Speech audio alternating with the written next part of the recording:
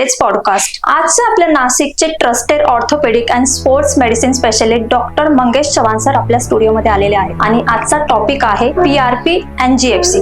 तर PRP आणि GFC याबद्दल लोकांना खूप कन्फ्युजन असतं. गुडघेदुखी, लिगामेंट्स, इंजरी सारख्या प्रॉब्लेम्स मध्ये ही ट्रीटमेंट खूप युजफुल ठरते. आज या पॉडकास्ट मध्ये GFC आणि PRP याचं कन्फ्युजन दूर करणार आहेत doctor Mangesh Chavan sir. So let's started. Sir, PRP आणि GFC हे नेमकं काय आहे? PRP म्हणजे प्लेटलेट रिच प्लाझ्मा. हा पेशंटच्या रक्तातनं तयार करून म्हणजे त्याच्या पिवळ्या पेशी कॉन्सन्ट्रेट करून इंजेक्शनच्या स्वरूपात तयार केला जातो. आणि GFC म्हणजे फक्त प्लेन ग्रोथ फॅक्टर्स असतात, प्लेटलेटला ऍक्टिव्हेट करून तयार केले जातात आणि मग ते इंजेक्शनच्या स्वरूपात दिलं जातं. ओके, बरं. PRP आणि GFC यापैकी एक्झॅक्टली चांगलं कुठलं आहे? PRP आणि GFC चा पहिले आपण वापर कशात करतो ते लक्षात घेऊया. सांध्यांची दुखी, जसं काही गुडघ्यांचं ऑस्टिओआर्थरायटिस, खांदेदुखी, कोपर दुखणे, टाच दुखणे, जसं प्लांटर फेशायटिस, टेनिस एल्बो, या सगळ्या आजारांमध्ये ही दोघंही वापरली जातात.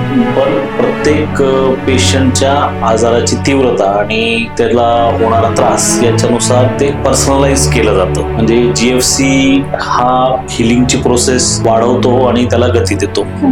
PRP हिलिंगची प्रोसेस बऱ्याच वेळा किक स्टार्ट करतो.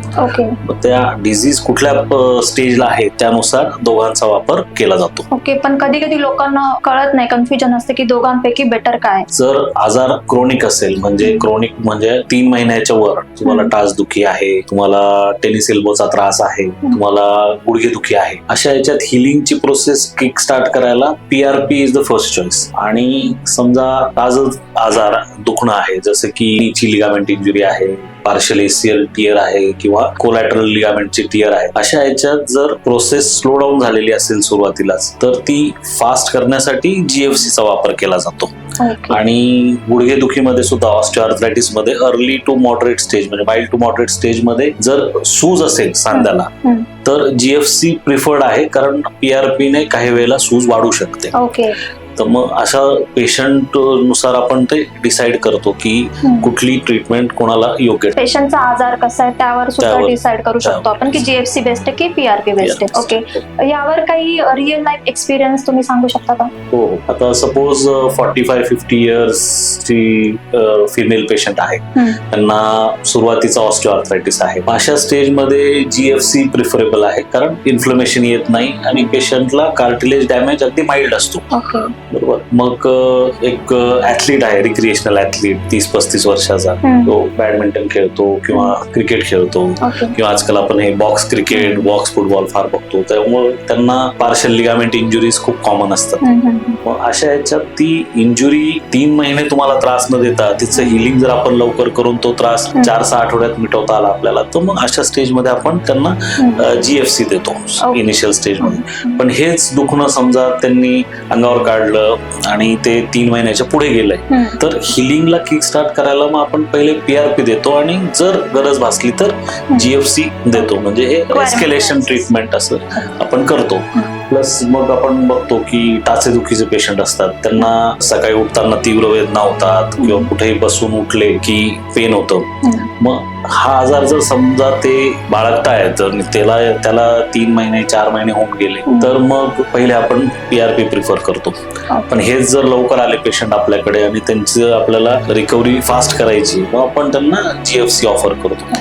तसं पेशंट वाईज आपण ते कंपार्टमेंटलाइज करतो की कुठली ट्रीटमेंट त्यांना जास्त इफेक्टिव्ह ठरेल. सर, हे इंजेक्शन कसं दिलं जातं? ह्या इंजेक्शन थेरपीज OPD मध्येच केल्या जातात. पेशंटचं रक्त स्पेशलाइज ट्यूब्स मध्ये घेतलं जातं आणि PRP साठी ते आपण लगेचच सेंट्रिफ्यूज मशीन मध्ये स्पिन करतो आणि 5 ते 10 मिनिटाची सायकल झाली ते सेपरेट झालेले प्लेटलेट्स आणि प्लाझ्मा आपण पेशंटला इंजेक्ट करतो. GFC साठी मात्र आपण ते स्पेशलाइज्ड प्लेटलेट ऍक्टिव्हेटर ट्यूब मध्ये जमा करतो ब्लड आणि त्याला स्टँड ठेवतो एक साधारण अर्धा तास.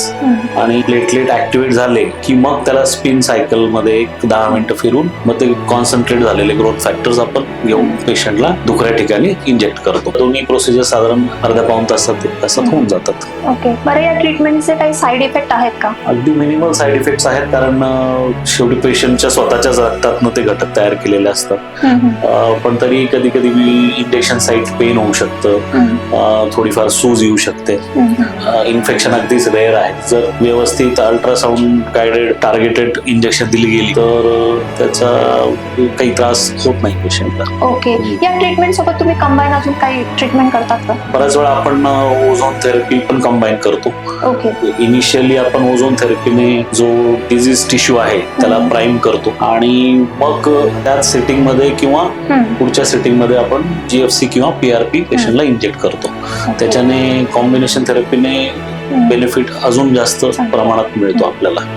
ओके सर, अजून एक क्वेश्चन होता की PRP आणि GFC या दोघांमधील फरक काय? PRP मध्ये प्लेटलेट प्लस प्लाझ्मा हे असतं आणि GFC मध्ये प्युअर ग्रोथ फॅक्टर्स असतात. दोघांना बनवण्याची पद्धतही जरा वेगळी आहे. PRP हे सिंपल सेंट्रिफ्युजने तयार केलं जातं आणि GFC बनवण्याची पद्धत ही थोडी स्पेशलाइज्ड आहे. स्पेशलाइज्ड ऍक्टिव्हेशन लागतं त्याला. गुणवत्ता जर दोघांची बघितली तर PRP मध्ये व्हेरिएबल आहे गुणवत्ता, पण GFC ची स्टँडर्डाइज्ड आहे. PRP मध्ये काही वेळेला सूज येऊ शकते, GFC मध्ये ती रिस्क अजिबातच नाहीये. अच्छा. आणि ही जी ट्रीटमेंट आहे ही किती काळापर्यंत टिकून राहते, त्याचं ड्युरेशन सांगू शकता का? PRP चा जो आहे पेन रिलीफ हा साधारण 6 महिने ते 8 महिन्यांपर्यंत बऱ्याच केसेस मध्ये राहतो. GFC मात्र वर्ष 1.5 वर्षापर्यंत रिझल्ट देऊ शकते आपल्याला.